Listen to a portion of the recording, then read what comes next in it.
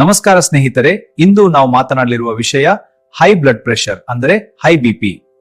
High BP ಅಥವಾ ರಕ್ತದ ಒತ್ತಡ ಇಂದು ಲಕ್ಷಾಂತರ ಜನರನ್ನು ಕಾಡುತ್ತಿರುವ ಆರೋಗ್ಯ ಸಮಸ್ಯೆಯಾಗಿದೆ. ಇದನ್ನು ಸಾಮಾನ್ಯವಾಗಿ ಸೈಲೆಂಟ್ ಕಿಲ್ಲರ್ ಎಂದು ಕರೆಯುತ್ತಾರೆ. ಹೃದಯವು ರಕ್ತವನ್ನು ದೇಹದ ಎಲ್ಲಾ ಭಾಗಗಳಿಗೆ ಪಂಪ್ ಮಾಡುತ್ತದೆ.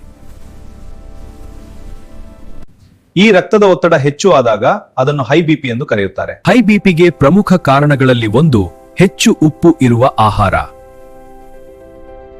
ಮಾನಸಿಕ ಒತ್ತಡ ಮತ್ತು ಟೆನ್ಷನ್, ಧೂಮಪಾನ ಮತ್ತು ಮದ್ಯಪಾನ,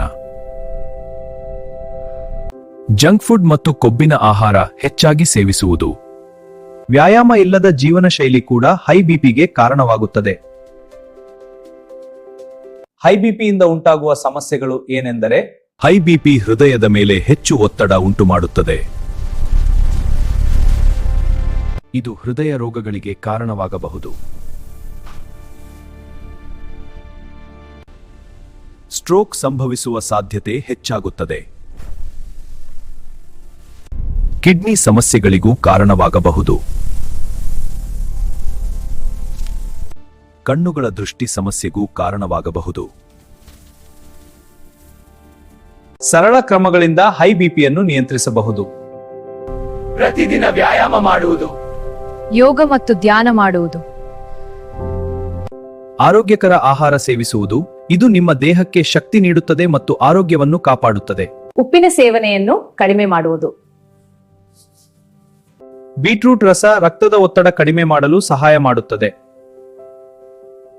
ಪಾಲಕ್ ಸೊಪ್ಪು ಪೊಟ್ಯಾಷಿಯಂ ಮತ್ತು ಮೆಗ್ನೀಷಿಯಂ ಇರುವುದರಿಂದ ಬಿಪಿ ನಿಯಂತ್ರಣಕ್ಕೆ ಉತ್ತಮ. ಮೊಸರು ಕ್ಯಾಲ್ಸಿಯಂ ಇರುವುದರಿಂದ ರಕ್ತದ ಒತ್ತಡ ನಿಯಂತ್ರಣಕ್ಕೆ ಸಹಾಯ ಮಾಡುತ್ತದೆ. ಪರ್ಯಾಯವಾಗಿ ನೀರು ಕುಡಿಯುವುದು, ನಿಯಮಿತವಾಗಿ ರಕ್ತದ ಒತ್ತಡ ಪರೀಕ್ಷಿಸಿಕೊಳ್ಳುವುದು ಅಗತ್ಯ.